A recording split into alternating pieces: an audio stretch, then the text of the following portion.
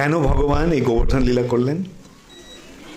সেই সূত্রে বলা হচ্ছে যে সকলেই চাইতো সারাক্ষণ ভগবানের সঙ্গে থাকার জন্য, কৃষ্ণের সঙ্গে থাকার জন্য, কিন্তু কৃষ্ণ সকালবেলা উঠে গোচারণে চলে যেত। তাহলে ওই শুধু তখন দিনের বেলা কেবল ওই গোপ সখারাই কৃষ্ণের সঙ্গে থাকতো। গোধূলিতে তখন মা বাবারা কিছুক্ষণের জন্য পেত, কিন্তু রাত্রিবেলা কৃষ্ণ গোপীদের সঙ্গে থাকতো।